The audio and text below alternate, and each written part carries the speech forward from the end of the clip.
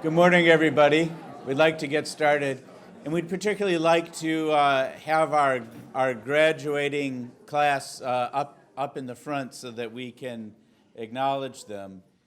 Yesterday evening, breaking with 94 whatever years of 89 years of tradition in the Department of Psychiatry, we had our graduation ceremony on Thursday night, which of course leaves us open to interpretation, but I think it was a wonderful event, and I thought that the Lawn Club was a really nice venue for it. Finally, almost enough room for people to sit down and to mingle and not to feel cramped. So before I go any further, I think, how about we give our graduates a round of applause for all that they've accomplished.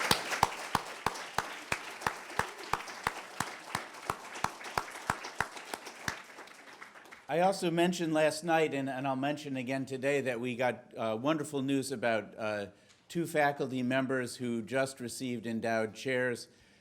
These are Stephanie O'Malley and Joy Hirsch. They are now the Elizabeth Mears and Howes Jameson's Professor of Psychiatry.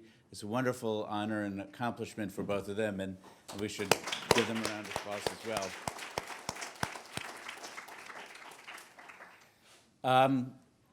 And after the lecture, is there a lunch? There's a lunch for the graduates in 300 George Street. So I hope all of our graduates will come for the celebration lunch. Our schedule is off whack with graduation the night before, so we have to get our rhythm down. So I am just thrilled to introduce our grand round speaker today, Dr. Alpha Stewart. We had a wonderful dinner last night where we got to know each other better, and I can guarantee you that you have a wonderful address in store for you today. It's one of the special things about the graduation address is that we give the residents the opportunity to select their speaker. So it's a double honor for you that our graduation class has selected you as their graduation speaker.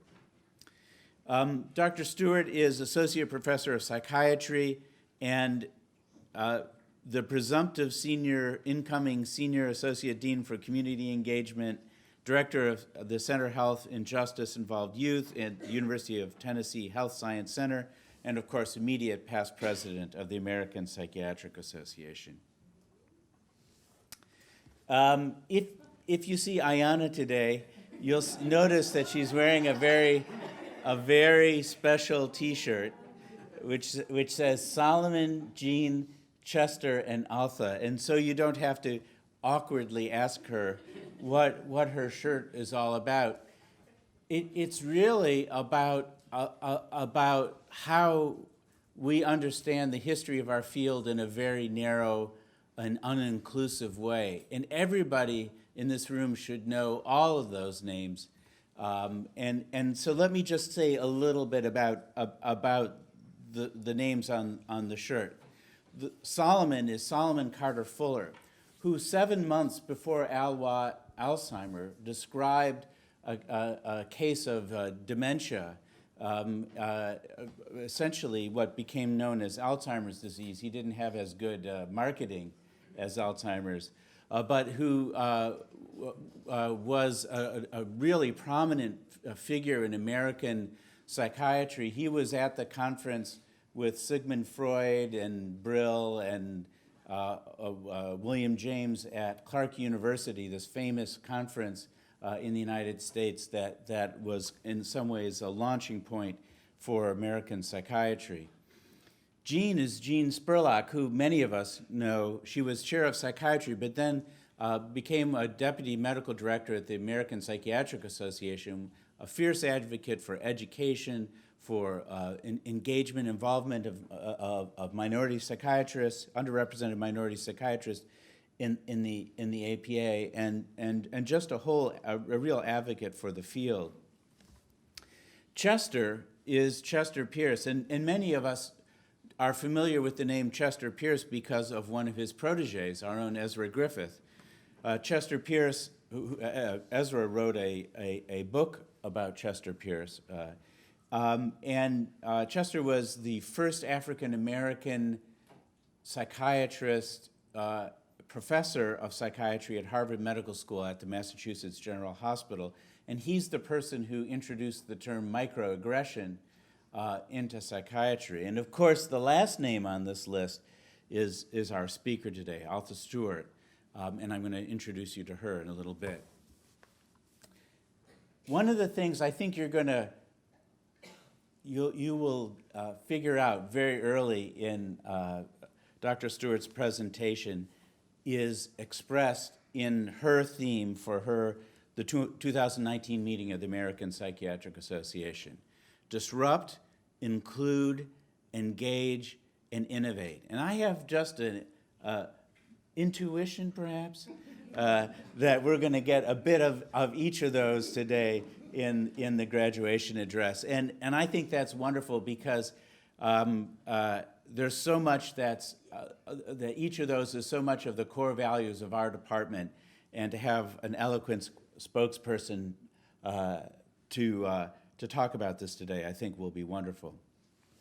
Dr. Stewart got her bachelor's degree at Christian Brothers University in Memphis, went on to Temple University, did her psychiatric residency at Hahnemann University, and has assumed just numerous key leadership roles. She was CEO and executive director of public mental health systems in Pennsylvania and New York. She was executive director of the Detroit-Wayne County Community Mental Health Agency, which is a huge clinical operation. She was director of the SAMHSA-supported National Leadership Council on African American Behavioral Health, director of an organization called Systems of Care, which is the Shelby County Office of the Public Defender at the interface of forensic psychiatry, and executive director for Just Care Family Network in Memphis as well. Many of us know her from her role in the American Psychiatric Association, where she just completed a tour as president, but she's really played many roles in the American Psychiatric Association, committee roles, and at various levels of the infrastructure, and I suspect that she'll talk a little bit about that experience today, but also served as president of the American Psychiatric Association Foundation, president of the Association of Women Psychiatrists, and president of the Black Psychiatrists of America. So you can see that she exemplifies what one of my medical school mentors once called the curse of competence, which is that once you show that you can step up and do things, that you are presented with bigger and bigger challenges as you go. Many groups have recognized her many contributions. She was at the White House Conference on Mental Health in 1999, a NAMI exemplary psychiatrist. Wayne State University gave her the Pathfinders in Medicine honor in 2003. The APA gave her the Alexandra Simmons Award in 2006, and she received an honorary degree from Weston College. So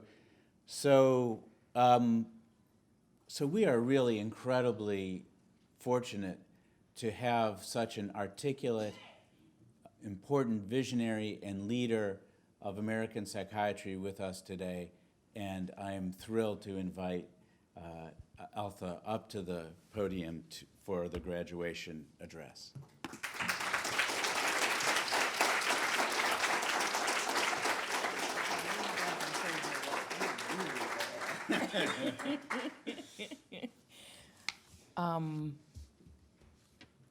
I think I'm going to say thank you in advance. Thank you for that wonderful introduction. And I'm going to admit right off the bat that a lot of what I do and a lot of the recognition is because I have control issues. I I gotta be president to get stuff done, then it's the curse. It's a blessing and a curse, in the words of Adrian Monk. And I'm always humbled when asked to speak about something so near and dear to my heart. Let me first say congratulations to the graduates. You are embarking on the next chapter in your lives, and I wish you the best. Godspeed, fair winds, all of those things that people say when they're saying plastics, basically, if you remember the movie The Graduate. Get your plastics, whatever else you got to do.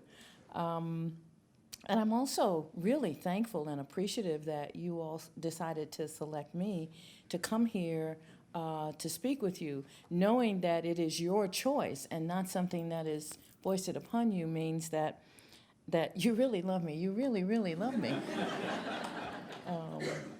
You can see that I believe very strongly in cultural references, and today you're going to hear a little of the movie references and the Broadway references and some other references that I hope will sort of break up the monotony of not having a PowerPoint presentation.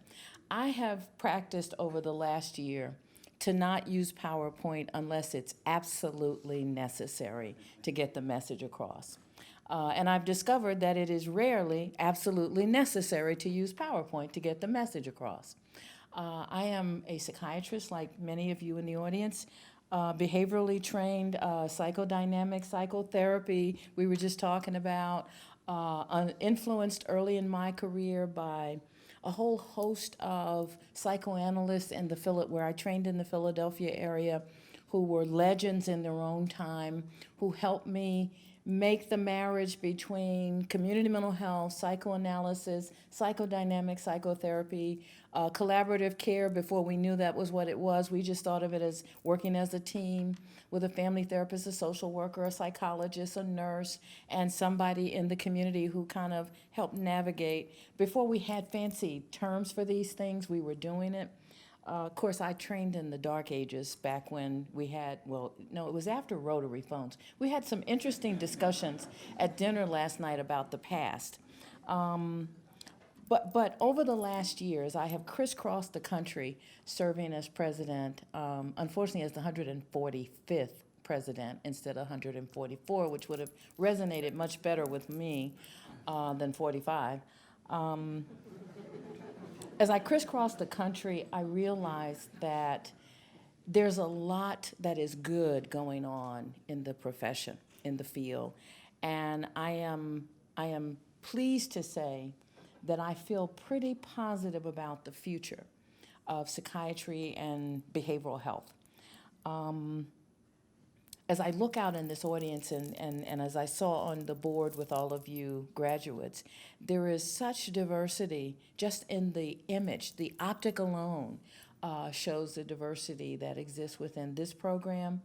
And it warms my heart because, as you heard, I've spent the last year as president, and one of my themes in the area of disruption and innovation, at least, was about diversity and inclusion. And I will tell you honestly that moving the needle on that is, it's an uphill battle most of the time.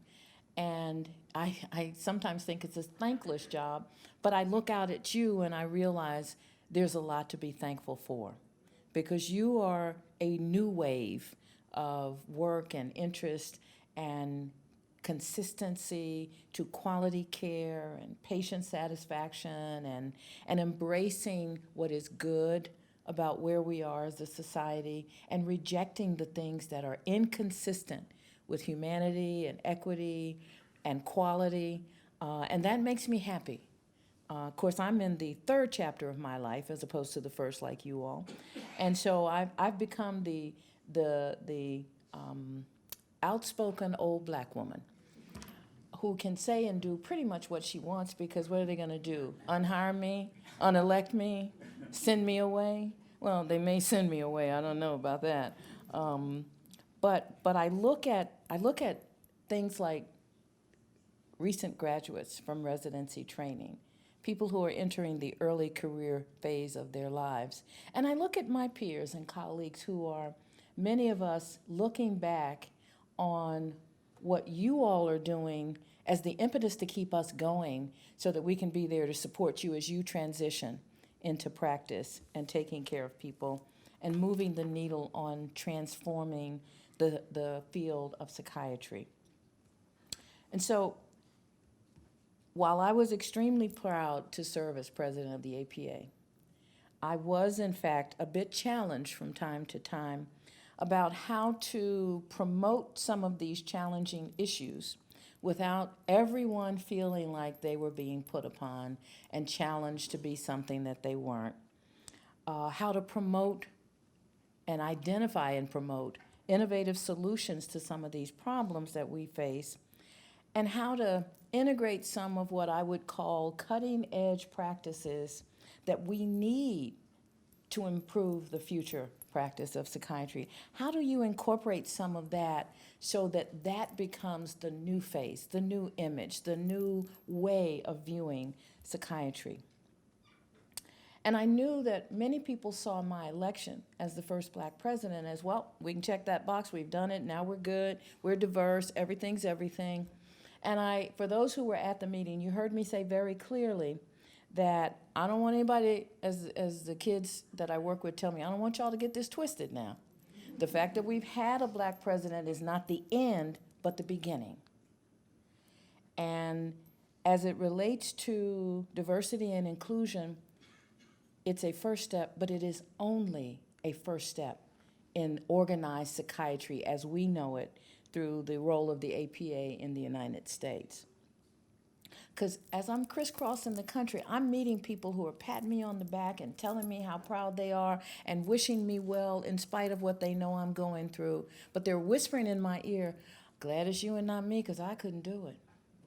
APA is not ready to make some of the changes. Psychiatry is not ready to make some of the changes. No one is ready to make some of these changes that you are talking about you want to make. And so, innovative, disruptive, provocative.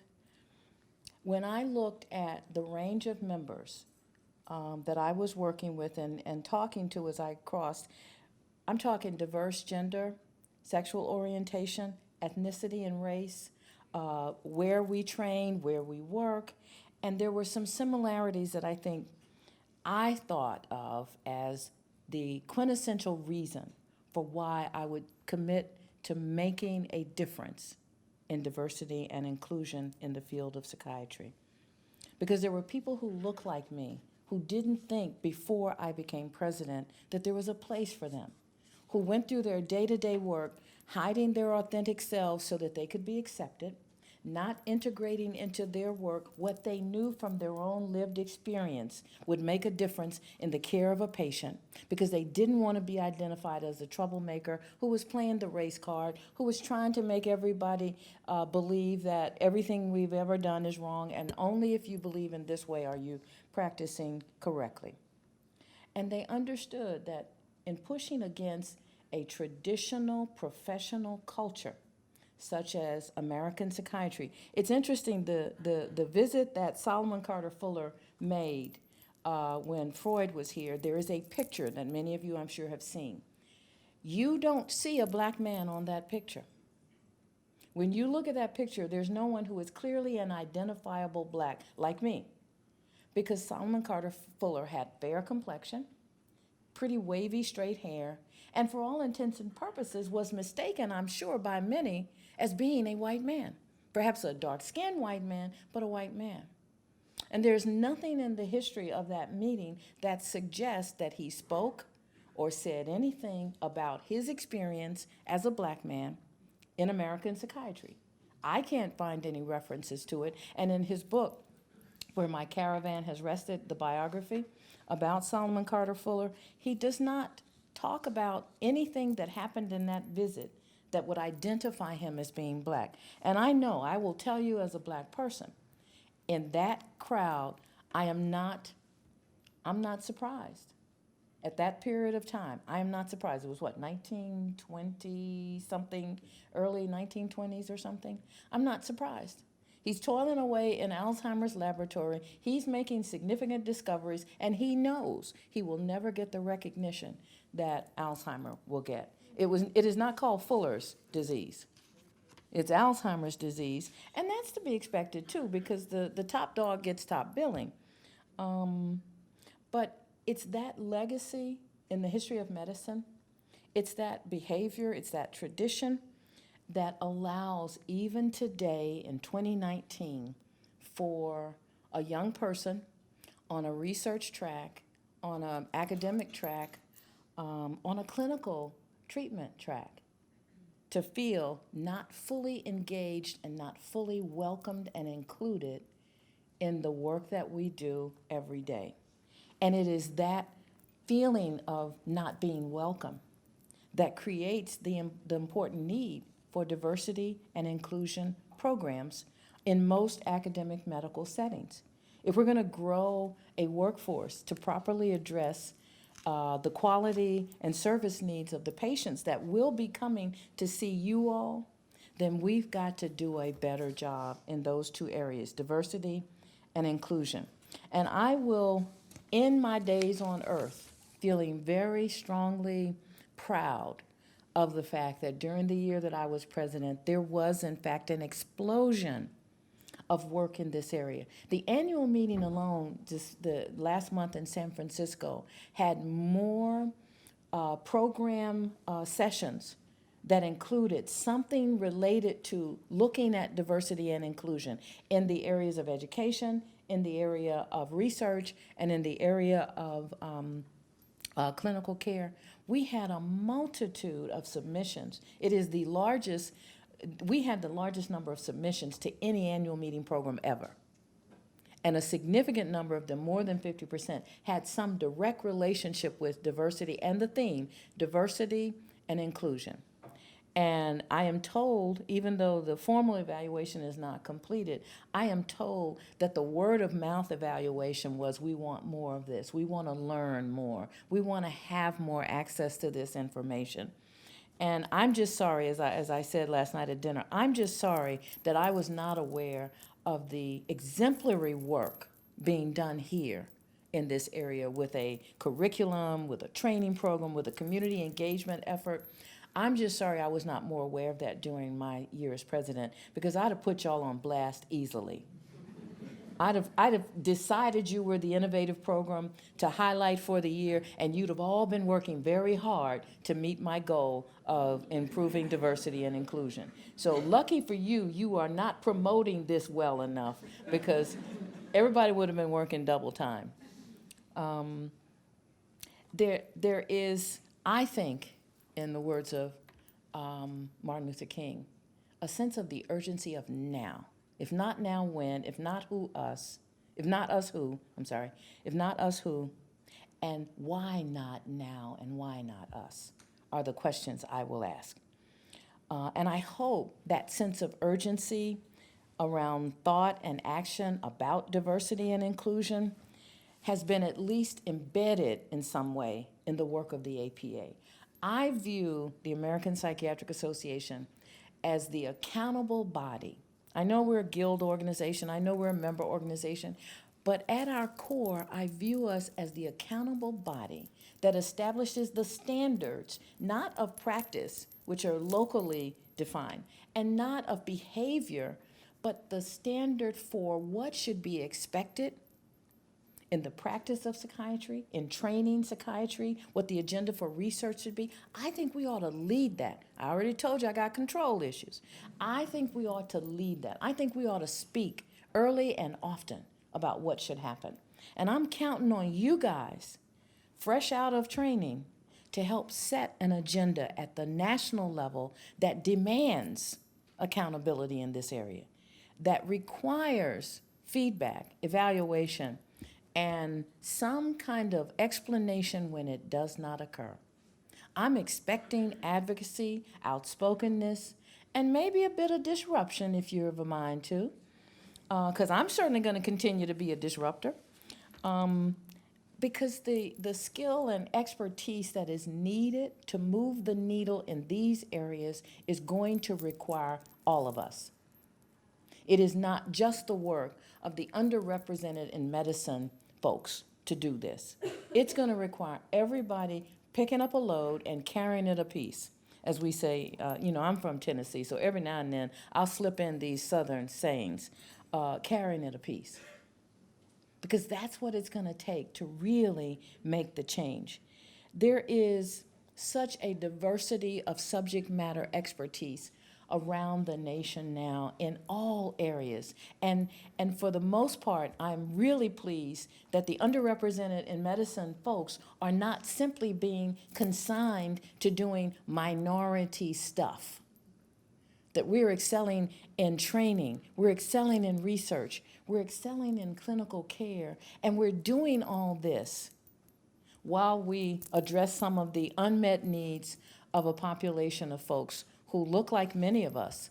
And while my own experience, just by way of disclaimer, my own expertise happens to be within the community of people of African descent, that's the group I know best, that's my lived experience. There are representative, similar experiences in each of the groups that we now call underrepresented in medicine. And that now includes people with disabilities, gay, lesbian, bisexual, transgender individuals, people who train outside of the United States, international medical graduates. There's a whole host of people who have lived experiences that are different from the mainstream majority population in the United States, who are now responsible for seeing people who look like them, reflect their life experience, but for whom we are woefully unprepared to help them move from that experience to the quality training that they need to provide the best kind of care to those people also. Everything we do going forward as an organization at the national level or an institution like Yale has to reflect the commitment that we all must make to diversity and inclusion as we move this professional development needle forward. We owe that to the future of the field. We owe it to ourselves. We owe it to you that we do this. And what you owe us is a commitment to doing that work going forward. Everybody has to be invested in doing this. It's not just about who the president is or who the chair is or who the senior associate dean for community engagement is. It is about everyone. But leadership has to play its part and lead the way in doing this work. Because it's only then that we are good for people. We're good for the people we care for. We're good for our colleagues as we go through our day-to-day work. We're good for our families because we tend to be more satisfied when we're doing good work. And families appreciate satisfied people in the house. Every time I talk with, I will call them young people, but I'm not talking about age. I'm talking about early in their career. Every time I talk with them, I don't have to do a lot of explaining about what I was called when I was at that stage was idealistic. We now describe that as knowledgeable and aware of the importance of social justice and healthcare. You know, there's a new terminology, but it's the same thing. I cared about the people that I worked with so much that from time to time I got into real debates with my higher-ups around what I thought was the appropriate way to provide a treatment and what they considered appropriate. I lost one fight and quit a job. Never quit a job in my life. This is the only time I've quit a job. And my then chair, who has now become a dear friend, posed to me the question, well, I'm in charge and you'll do what I say.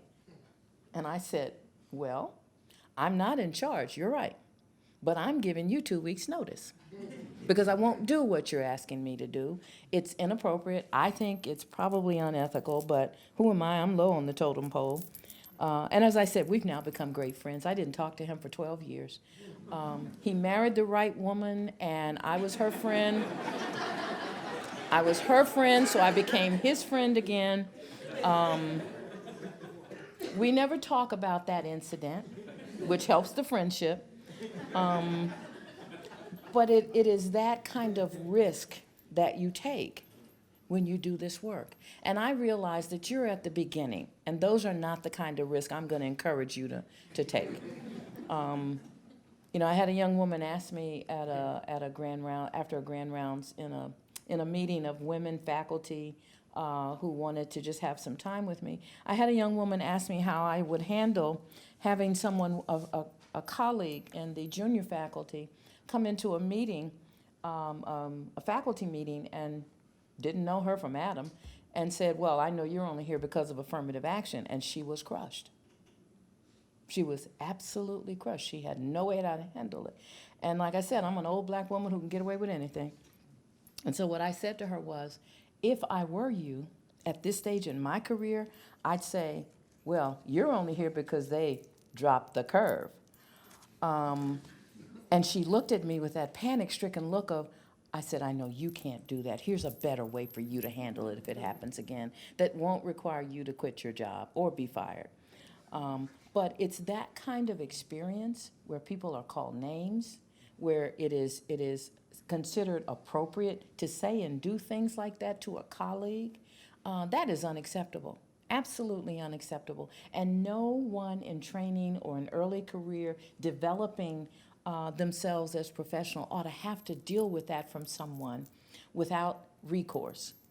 And I'm very proud that at the very least going forward, we will no longer as an organization at the national level be able to deny knowing about these things. The word is out. This is happening around the country. It's not just Yale, it's not just Harvard, it's small schools, it's large schools, it's North, New England, it's South, it's California. Everywhere I traveled, I heard the same stories. Residents who are being, and I love the language in your article, residents who are being verbally assaulted in ways that if this were physical assault, there'd be an incident report, there'd be some consequence, there would be something happening, and we are allowing these things to happen. The verbal assault is perhaps not as physically painful, but it is certainly psychologically damaging. To hear someone say, you can't be my doctor because expletive. You can't be my doctor because identity. You can't be my doctor, or you aren't even a doctor. I know that. Because of religion, sexual orientation, perception of any of those things. The irony in all of this is, for 40 plus years, APA has had a blueprint for what it needed to do. I don't know if you all know the history of underrepresented, and I will vacillate between minority underrepresented groups, which is APA language, and the underrepresented in medicine language that academia uses. But APA had a blueprint that was developed after 1969.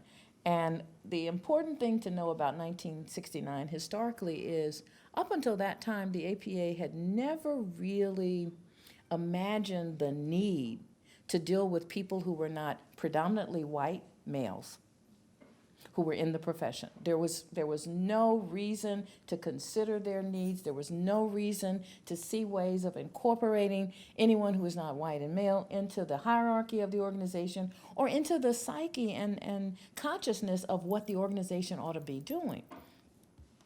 And something happened in 1969, a reference to Chester Pierce, actually, who led this.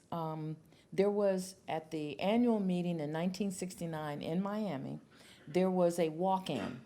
I used to pump this story up and say there was a protest bursting through the doors, but it was really very gentlemanly and well behaved in the way that they interrupted the board meeting.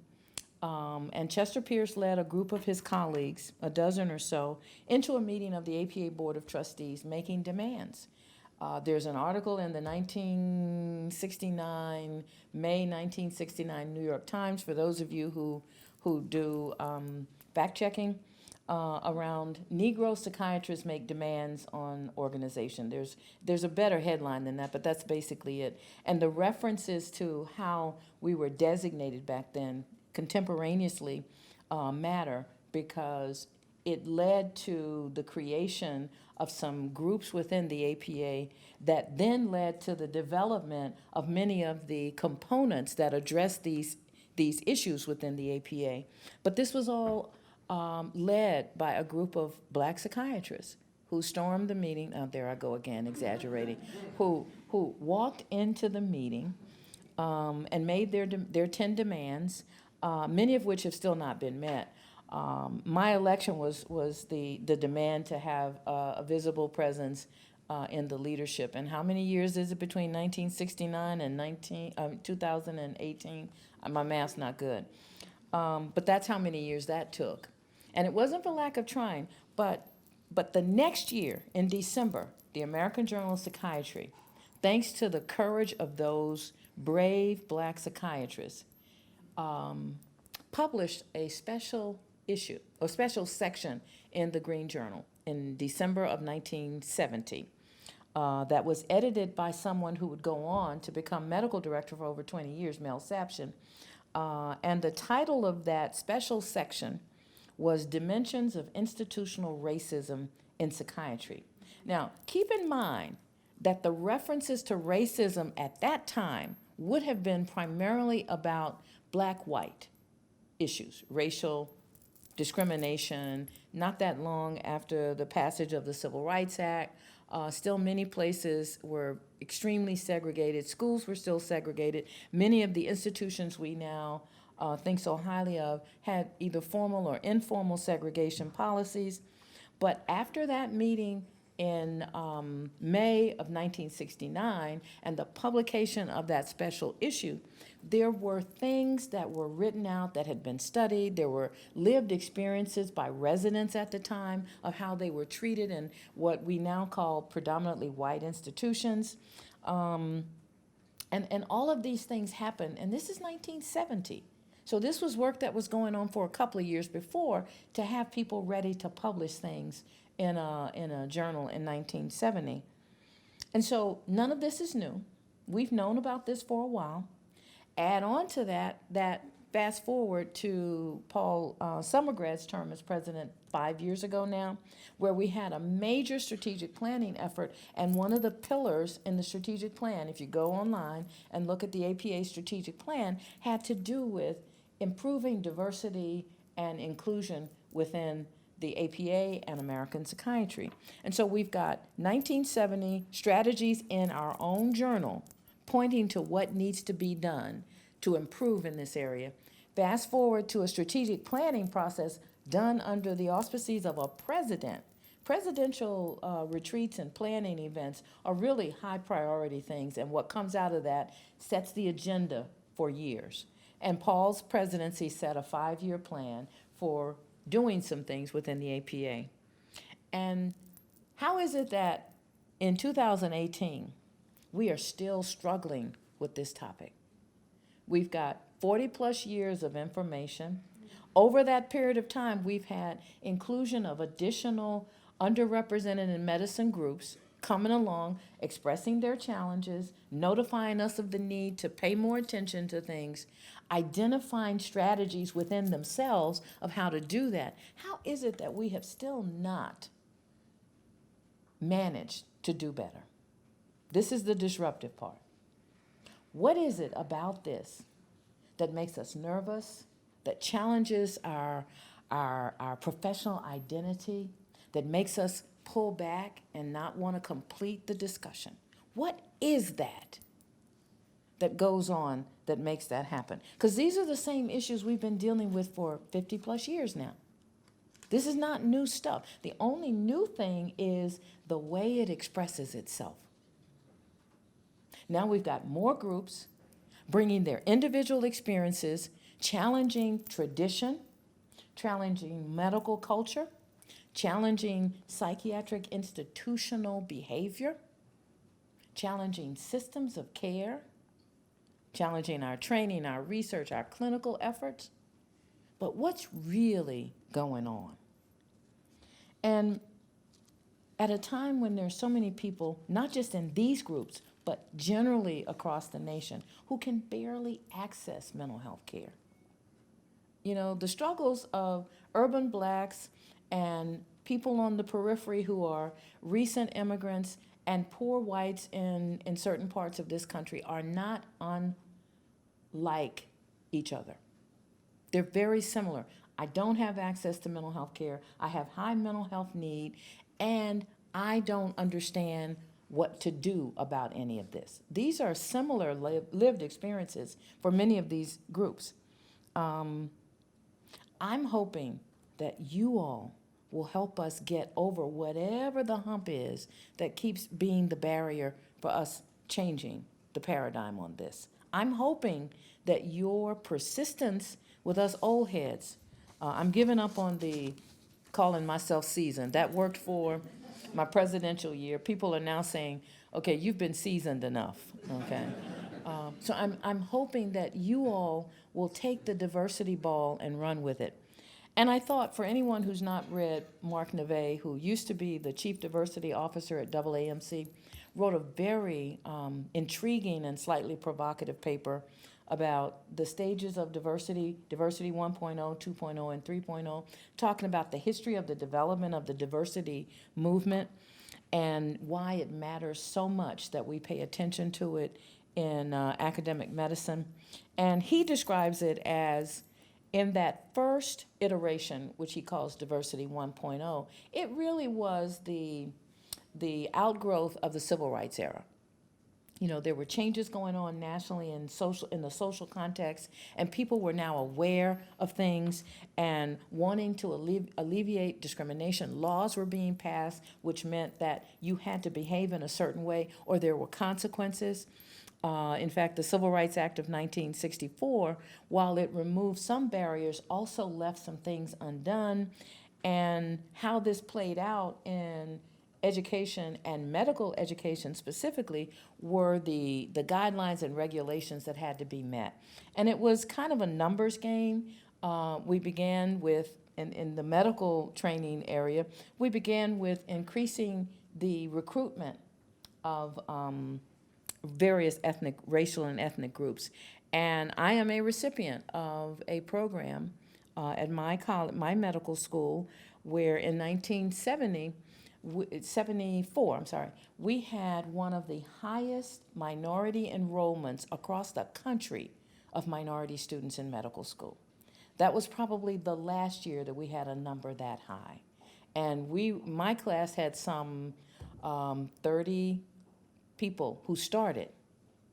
Most of them did not finish, but we recruited and admitted in our freshman class around 30 people, minority groups, Black, Hispanic, Asian, no Native Americans in Philadelphia at the time, but well represented amongst those other three groups.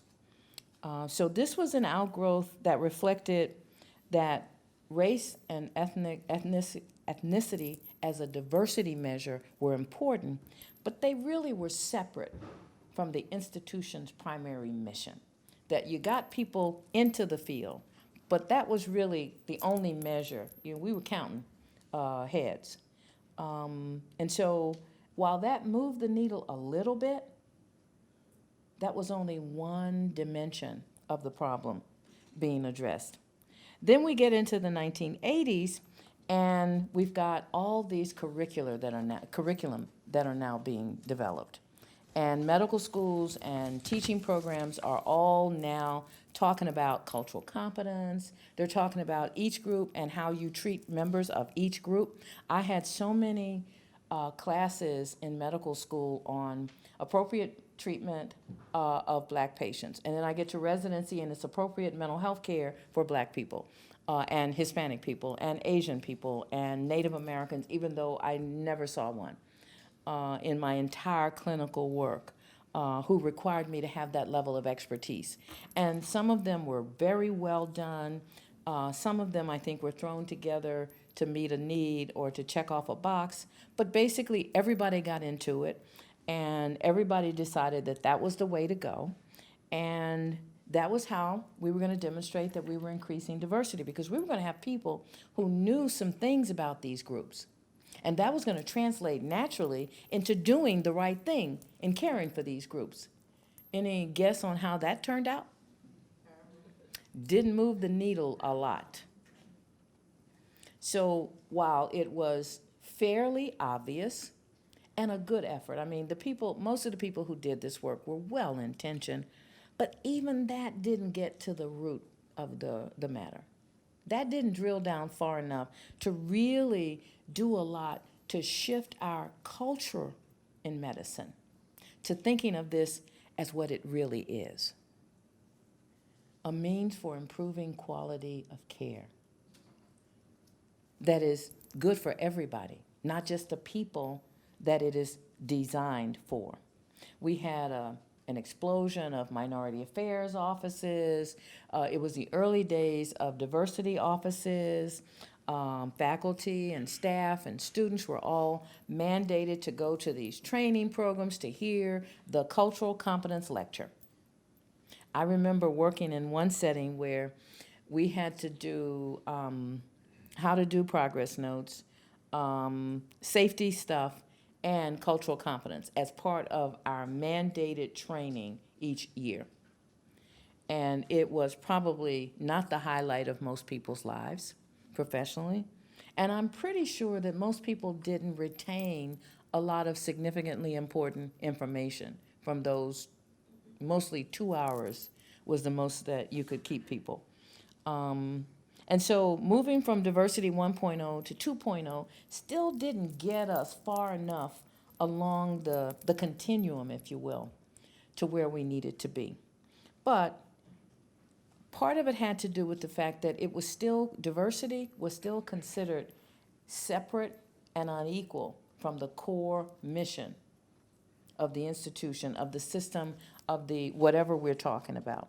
This was still not integrated fully into what we needed to work on.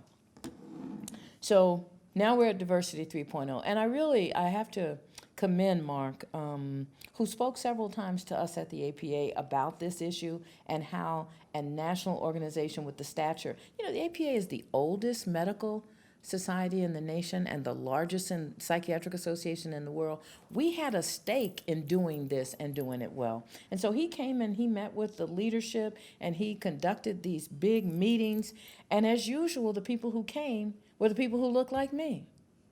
The people who needed this better understanding, the people who needed to see what their role would be in moving the needle, rarely attended these things. And when they did, it was more to satisfy whatever else was going on, like, I need this so that when I go back, I can say I went to this program, or I really do want to understand, but it's about this specific area, and maybe this will help me. I think I can say honestly, I do not believe it was out of a sense of, I want to figure out what to do. It was more a sense of, I need to know some stuff, so I'll go. And rarely, according to Mark, rarely did the evaluation show that people fully intended to change the way they practiced based on what they learned in these sessions. And it was basically a big room of people who, he did a presentation and then they asked questions and he answered questions. That's really not the way you make that kind of cultural transformation in a system of care. And that's pretty much still the way we're doing it, unfortunately, at the APA. But there is the Office of Diversity and Health Equity, Division of Diversity and Health Equity, which gets me to Diversity 3.0, which is where now we have this rich diversity of individuals who are in the medical profession and in psychiatry, a very rich diversity. And the job now is to integrate all of that into how we take care of patients, how we conceptually develop new training programs, how we think about what research is needed to demonstrate the effectiveness of these things, and how we communicate that to our colleagues as well as to the people that we care for. There's a lot that goes into making all of those different pieces work well together, and I'm not sure that we've got it right quite yet, but I think we're on the right track. And efforts like the one that is going on here with the work that's being done in the residency training program, I think are now the innovation part, are the seeds of an innovation that we should be promoting in other places. You've started something here that I think is worthy of other people trying. And what I've promised from dinner last night is to begin talking more about it as I move around talking about diversity and encouraging, here's where your extra work may come in too, and encouraging people to look at various models, because Yale has a model. There are a couple of other places that are cited in the literature that have models, and that you look at this as a beginning to a process that we need to develop and that we need to disseminate and that we need to use and evaluate, because that's the only way we're going to move the needle on improving diversity and inclusion efforts in our space, in the academic health center, academic medicine space. We're in this interesting period, I think, of transformation. We've got an incoming group that has a strong sense of social justice, that has the ability to do things with that little computer you carry in your hand that I call a phone, that you all call something, a smartphone, computer, I don't know, who understand things like social media platforms and tweeting. I always want to say twittering, and tweeting and Instagram and Snapchat as means of communication, who think of apps as things that are going to help move the needle on information sharing and communication amongst ourselves as well as with the people we serve. And I think of apps as interesting little appetizers. Short for appetizer. Remember food? It's a different language, it's a different consciousness, it's a different awareness.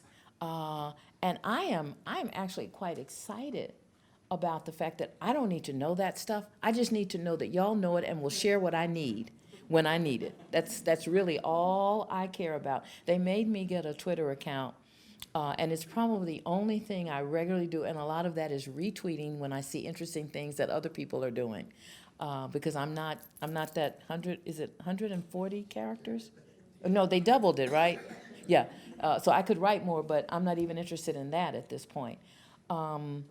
But that's the kind of transformation. While we're being dogged with electronic health records and the oppressive nature of checking boxes and filling out things or getting sanctioned at your hospital, we're not focused on using the technology well enough to use it as the next wave of care and communication that is needed. I work with kids every day who are in the, or at risk of going into the juvenile justice system. And I will tell you, even those kids are wizards at using social media. They post stuff and they share stuff and they communicate with each other, they warn each other using all of those things. I couldn't keep up if I tried with most of them when it comes to the texting and other stuff. Phones are for talking. Except it tells you how old I am that I actually think that's true. For folks who are marginalized, live on the periphery, barely making it, and are suffering from psychiatric illness, it is imperative that we do a much better job at making the diversity and inclusion framework work. They're counting on us to fulfill this promise that we make every day, that we're going to do better, that we're going to provide better services, that we're going to be more diverse and inclusive in our setting up of programs, that we're going to really have a foundation that solidifies and embeds this over the course of time, that this is the fundamental change, that rising tide that will lift all boats, that this is what we are in the midst of now. We owe it to them to honor that promise and move into this new world, into this new space where we frame diversity as a means to address quality health outcomes for all, rather than an end goal in and of itself, where we depend on our leadership to behave appropriately and lead us, where we depend on the managers and administrators of our systems of care to do their best work, where we rely on ourselves to be adaptive with the technical pieces of this, or to not be afraid and professionally intimidated by those who have better skills than people like me do, who are willing to share their life story in ways that, as a trainee, I would never share, who are willing to use their lived experience to inform what we do on behalf of the people that we serve that are similar to their life experiences. And we all have to have a voice in this, and we have to add our voices so that we are advocating for this, meeting this need for increasing our student and faculty diversity, for improving the way that we provide training. And this is specifically important and especially critical when it comes to faculty.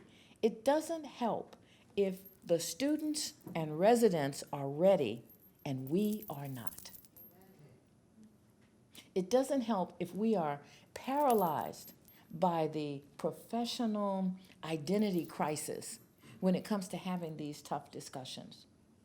It doesn't help when we can't model what having a tough discussions in a psychiatric training context really involves.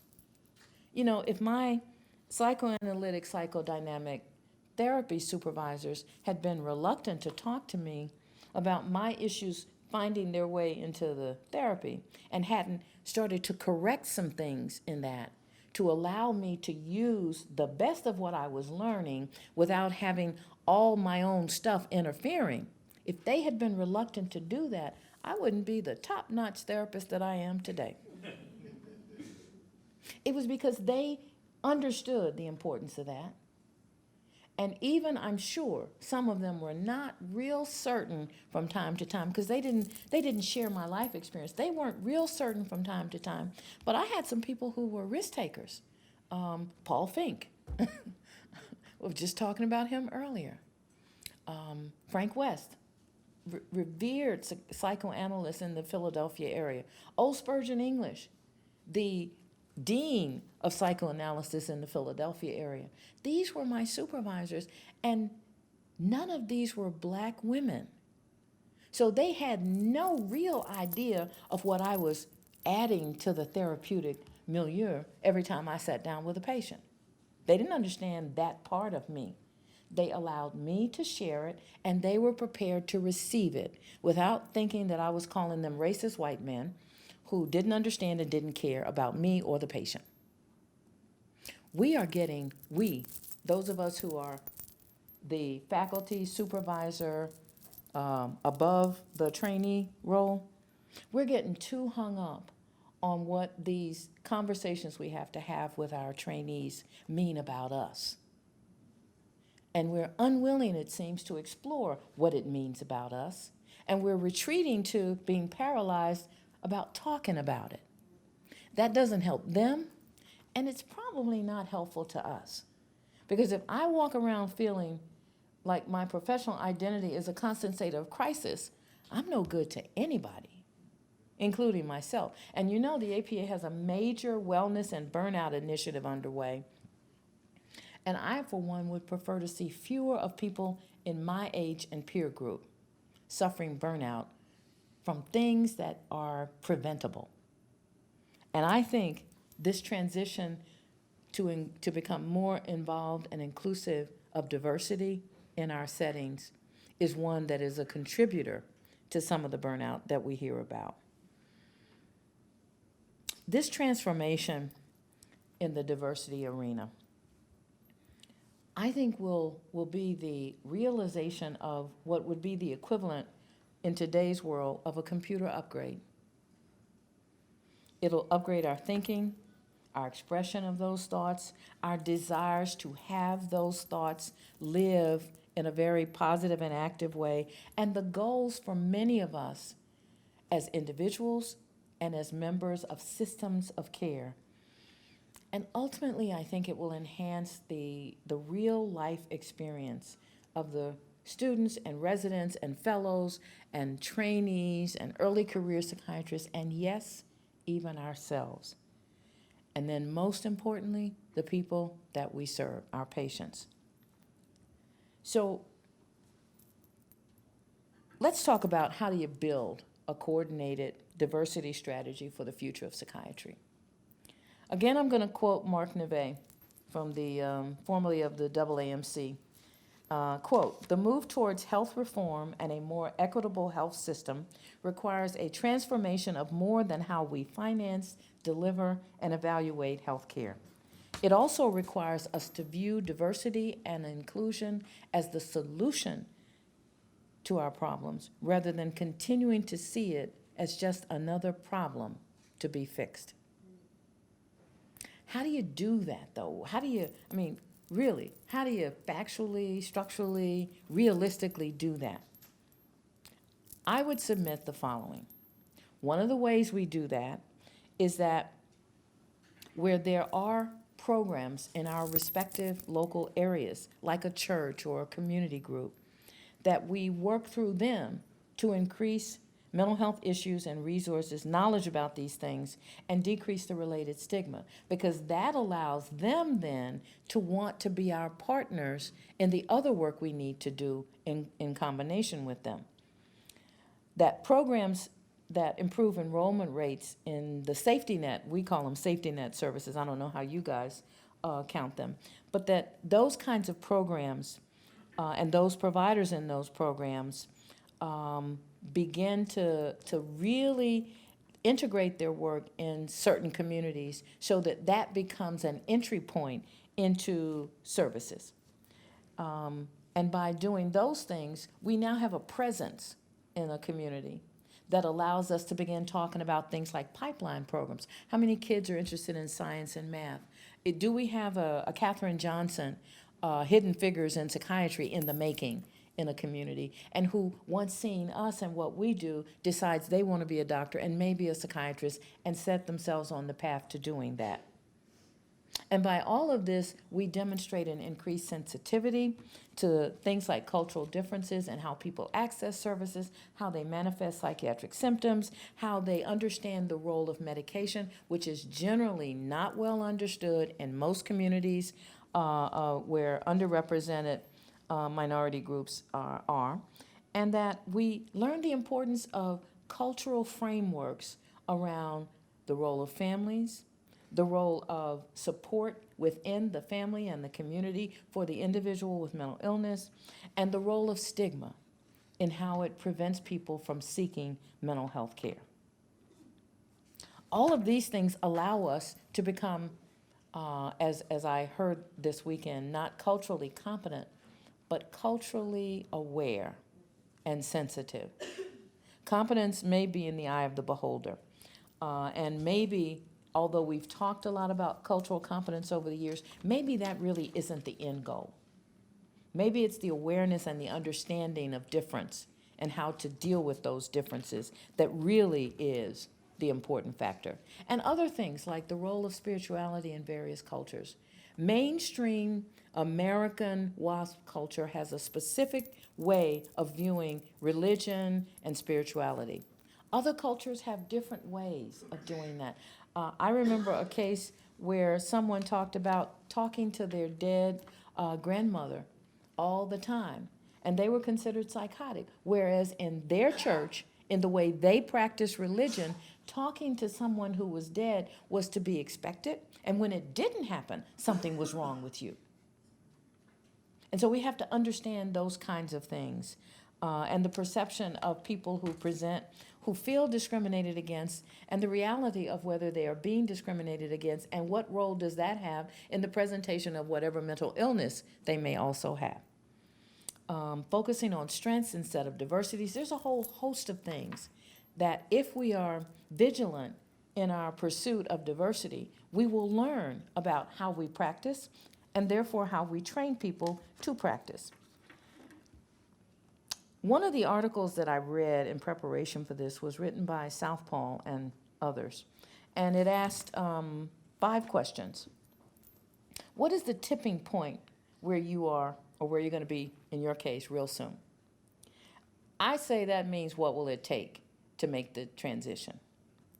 The second point was, have you conducted an external study of the diversity climate where you are? And your work here says, yeah. So for me, it's collect and analyze the data and then do something with it to put a plan together, to move the needle or something. And I have to commend you again, having a chair and a training director who are already there, who already understand, who are already committed, means you're well on your way to number 3, which is identifying leaders to promote diversity. You're gonna need champions to do this work. Some of them are gonna come from right inside the department. Others you don't even know yet, who are testing you, who are watching you, who are waiting to see if you're really gonna be true to what you say, if you're gonna honor your commitment in thought, word, and deed, and really make a difference in the community. And once they decide that you are, you will have no better champion than the people who have waited and watched to see just what your authentic self is around this. And once they see that, they'll kill for you. They'll raise money for you. They'll prevent other people from attacking you for what you're doing, and they won't want any credit for doing it, because they understand the importance of this for themselves and the people that they love. Number 4, strategize and implement the diversity and inclusion programs that you plan. Just do it, in the words of Nike. Just do it. Take that first step. Long journey begins with the first step. This is a marathon, not a sprint. Plan the work, work the plan. All of these sayings that we throw around, any and all of them that resonate with you, use it as your mantra. Say thank you to your champions for their support. And for the people who are struggling to stay the course, when you see them, say, what can I do for you to help move the needle today? And mean that. The last one is, and this is my favorite, acknowledge that there will always be crap. The article calls this Barriers and Solutions Lesson Learned. I call it crap in honor of a friend of mine who coined the phrase crap, C-R-A-P-P, and the acronym stands for Communities' Responses About Potential Potholes. There will be crap. When you change the focus from internal achievements to outcomes meaningful to the local community and society as a whole, that whole social justice, health equity, reducing disparities movement, you will be challenged. Roadblocks will be set up, barriers created, you'll be called names you never ever thought you would hear come out of a decent Christian's mouth. This will happen. You will get crap. Remember, however, some days you're the statue, other days you're the pigeon. Think of it as your own approach to the triple aim. Everybody know what that is? Quality, cost, health, improvement. Improvement of the patient experience in mental health care, improvement of the mental health of the population, and a reduction in the cost of providing that mental health care. We can create our own triple aim in the diversity approach to reducing disparities, increasing health equity, mental health equity. We can do that, folks. And I'm going to close now with what I like to call my takeaways. And some of you know that I'm a fan of Hamilton the musical. And I'm in recovery now. I use those things for a year because it kind of pumped me up when I talk about Hamilton. I think it is probably and I'm old school. I go back to South Pacific and all of those old musicals. For those who are too young, look it up. But Hamilton has become kind of a mantra for me. And so I have 5 things to leave you with, and each of them relates to a song from that play. The first is My Shot. I'm not throwing away My Shot for those who know the musical. That is my new theme song. But as I said, I'm in recovery, so I'm trying not to sing it too much these days. And I won't break into song up here, I promise. My Shot. Tell the stories that we need to hear to provide us with the information we need to have to make the change we need to make. Don't throw away your shot. Those of us who are representatives from the underrepresented in medicine groups have stories. I could tell you stories of my own training years, but you've got people here who can tell you those same stories because things have not fundamentally changed in the way they are perceived and how they are treated in some respects. So don't throw away your shot. The second is actually two songs. Take a break, self-care. Who lives, who dies, who tells your story is important. There are serious consequences for us not doing this work. We know the stories of the psychiatrist, the medical student, the resident who feels so put upon, so alone, so assaulted on a regular basis because of who they are, that they either give up or die. At their own hand, I might say. They give up, maybe have mental illness, depression, anxiety, PTSD, a host of other things, including chronic medical conditions that develop, and burnout. It jeopardizes patient care and the quality of patient care and the safety for patients. It impacts the number of people who want to be in the profession of medicine generally and psychiatry specifically when we don't attend to these things. And it, as I said, can be lethal. Number 3, history has its eyes on all of us. What we do here and now to move this issue, to transform the system in this way, will be remembered. So the question we have to answer is, again, why is there such a reluctance to deal with this in a very fundamental, hardcore, aggressive way? Why is that still the challenge? Why are people, trainees, students, early career psychiatrists, being made to feel that this is normal? Just buck up, just accept it, that's just life. Why are we satisfied with not having the answer to how we help them? Why aren't we being more diligent about that? And if we can get that answer, what will we do to help that ECP learn from the experience and then turn around and teach it to others so that the next group doesn't have to go through the same thing? A friend of mine says, and it is in no way sexist, man up. Take the bull by the horns and do the right thing for our future. There are all kinds of myths and stereotypes about various groups of men, women, race, ethnicity, sexual orientation, and all that. I won't go into that.